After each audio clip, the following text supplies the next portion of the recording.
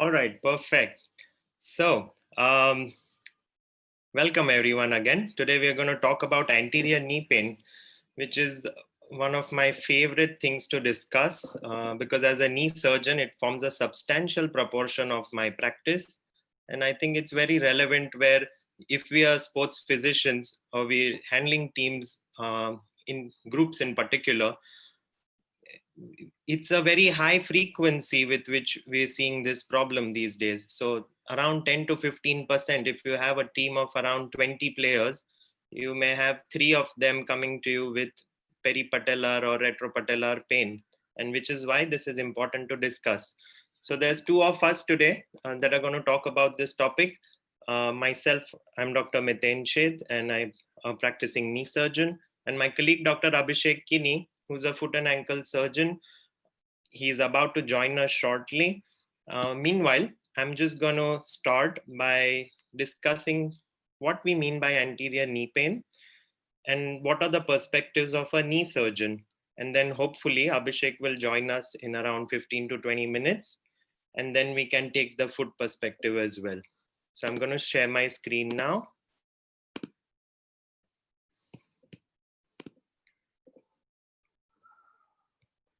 Right. Okay.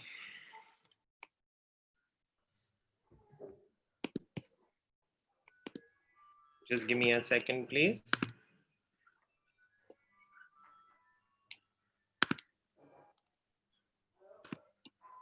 Okay. So what do we mean by anterior knee pain?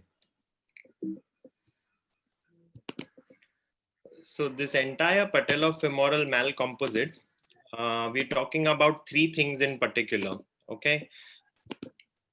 We have an extreme scenario where you receive a patient with a dislocated patella, or a scenario where somebody on field has dislocated the patella and it's fallen back in place and then they are brought to you.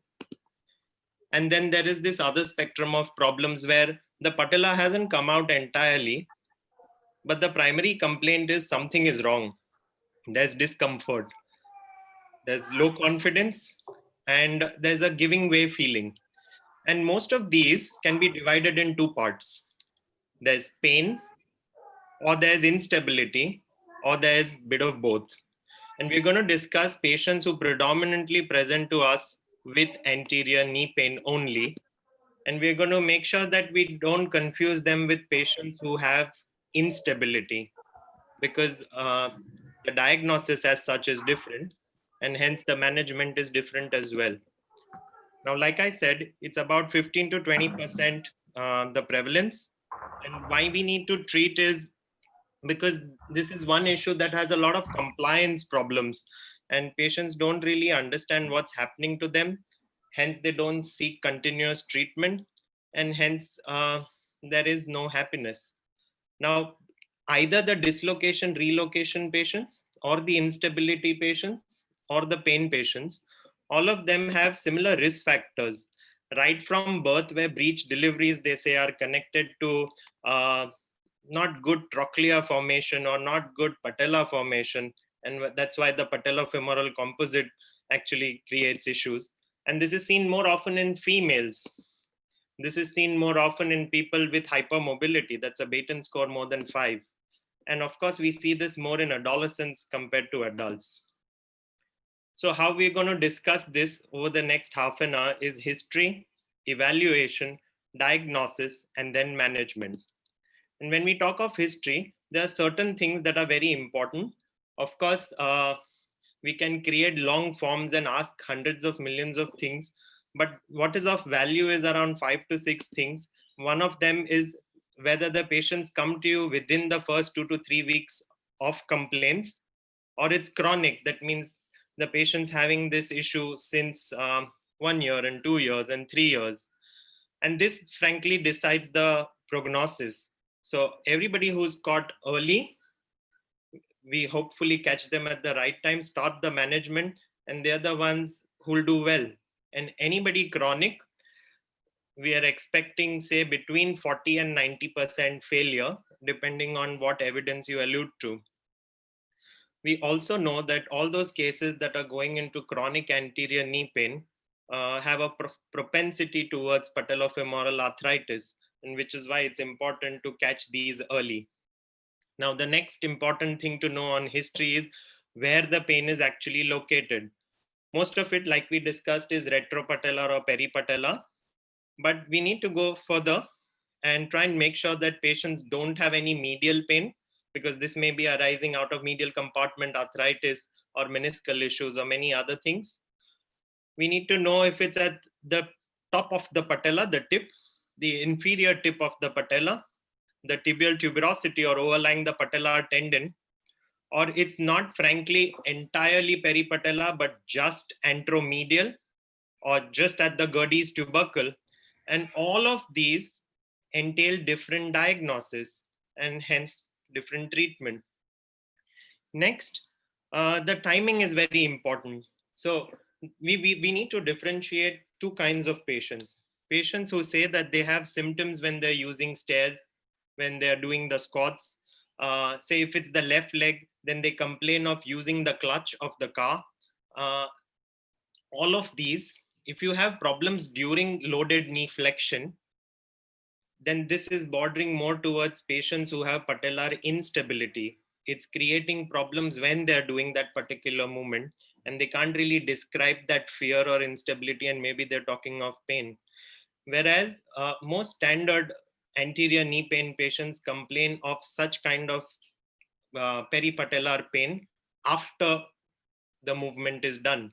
So there'll be, like we've written upstairs on the top, 25-year-old female dancer who comes to me with anterior knee pain. The most likely complaint is she's able to go through the dance session, but then the evenings are really bad. So much so that she's really thinking if she wants to do the dance session the next day. And there's, of course, a theater movie sign where if they're sitting with their legs folded for a prolonged period, there's always this tendency to push the legs into extension, and which makes them feel marginally better. And then there's instability. So on history, many of them complain that they lose balance. And we need to know that losing balance in these kind of patients will be of two kinds. One, where the quadriceps is giving way because it's weak or there's sudden reflex inhibition. And it can lead to instability, but that's not patellofemoral instability. And that's one kind. And the second kind is what we're not dealing with today, is where they actually have an apprehension that the patella will subluxate or dislocate. Last, most of these patients also complain of clicks more than crepitus, clicks during the early course of disease in acute patients. And if there is a lot of lateral tilt to the patella, very tight, deep lateral retinaculum, then it can go on to a crepitus, which is like a click but felt throughout the range, throughout the flexion range. Unfortunately, the click and the crepitus is not a great prognostic indicator of how the patient's going to do, or is not going to dictate a great deal of management. And this symptom per se doesn't hold a lot of value. So the next important thing that we need to know is whether this pain is after a particular episode where there's twisting of the knee or a fall or a blunt trauma to the kneecap, or most likely is because of repetitive microtrauma, so to say, where the patient saying that hame to kuch nahi hua tha, we had never fallen down or nothing's ever happened, but then there's overload which they can't understand. So that's where this the Dye's homeostasis curve comes into play. So if somebody is born with poor biomechanics or malalignment, and if there is a repetitive overload in terms of frequency or intensity, then at some point, this is like the iceberg phenomenon, they are going to cross the threshold. So when you're taking history of these patients, it's very important to know what's that one thing that sort of tilted the patient over the threshold. If you catch that one thing over, then that's like the best scenario, because you're going to then go on to tell the patient during management that, okay, this is the one exercise or the one episode that tilted you above the threshold, and that's the one thing that's very important to avoid during treatment.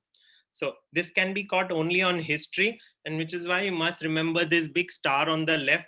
So this is like an unsaid thing. So the patient's never going to complain of this one particular history that you want to elicit, and you need to take it out.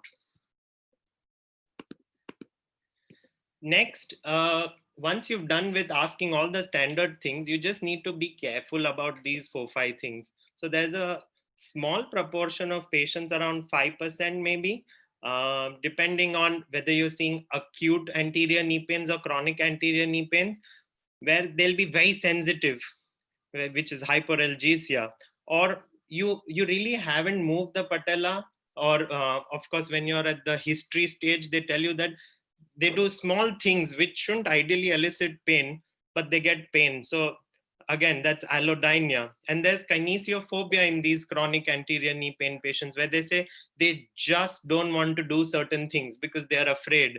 And kinesiophobia actually tilts your diagnosis more towards patellofemoral instability than pain. And both of these subsets, if they go into chronic mode, if somebody has had complaints since 1 or 2 years, then they are going to catastrophize, which means that they come to you with this doomsday look on their face and say that they visited 2-3 orthopedic surgeons, 2-3 physiotherapists, and they know that they're doomed. Nothing's going to happen.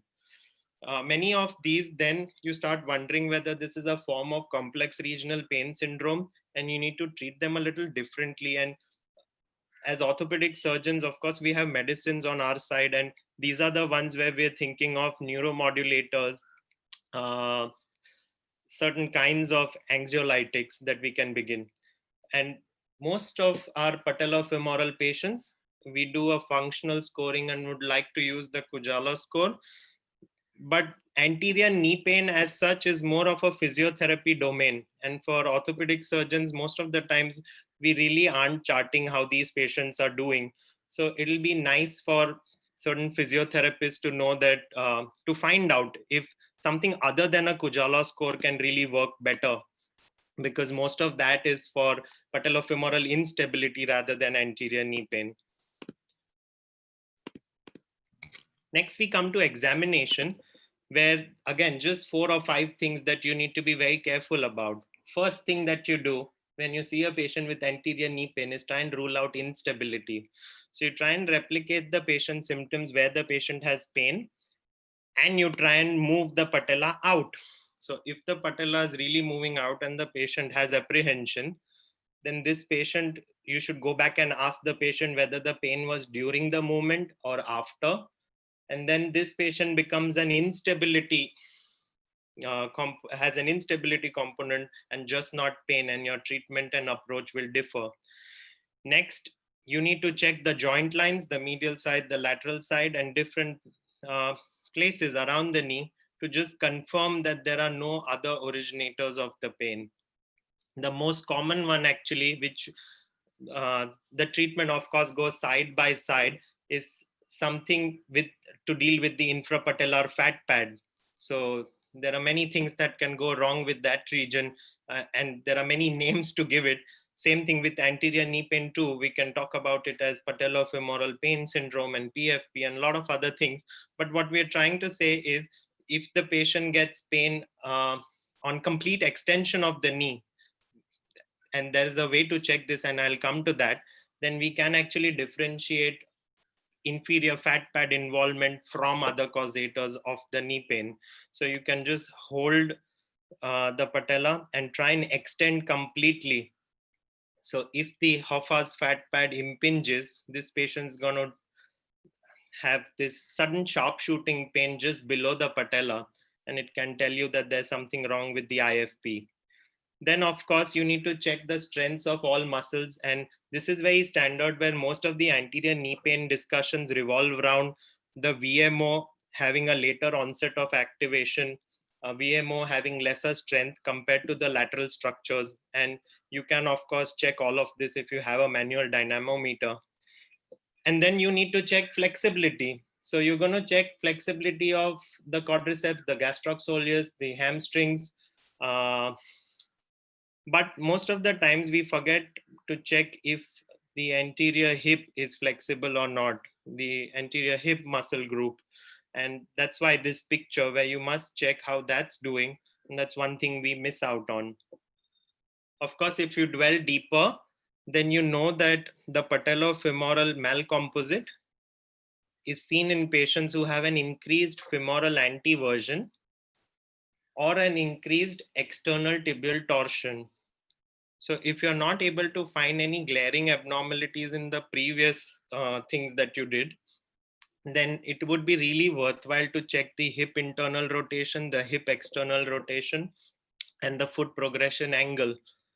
And if you find any abnormalities in these, most of these are static, but there are a lot of ways in which you can change the rehab protocol to compensate for these. The three things we always do, I always tell all my colleagues to check, because these are the three things probably patients are doing at home as well and struggling. And that's one, going downstairs. So just a step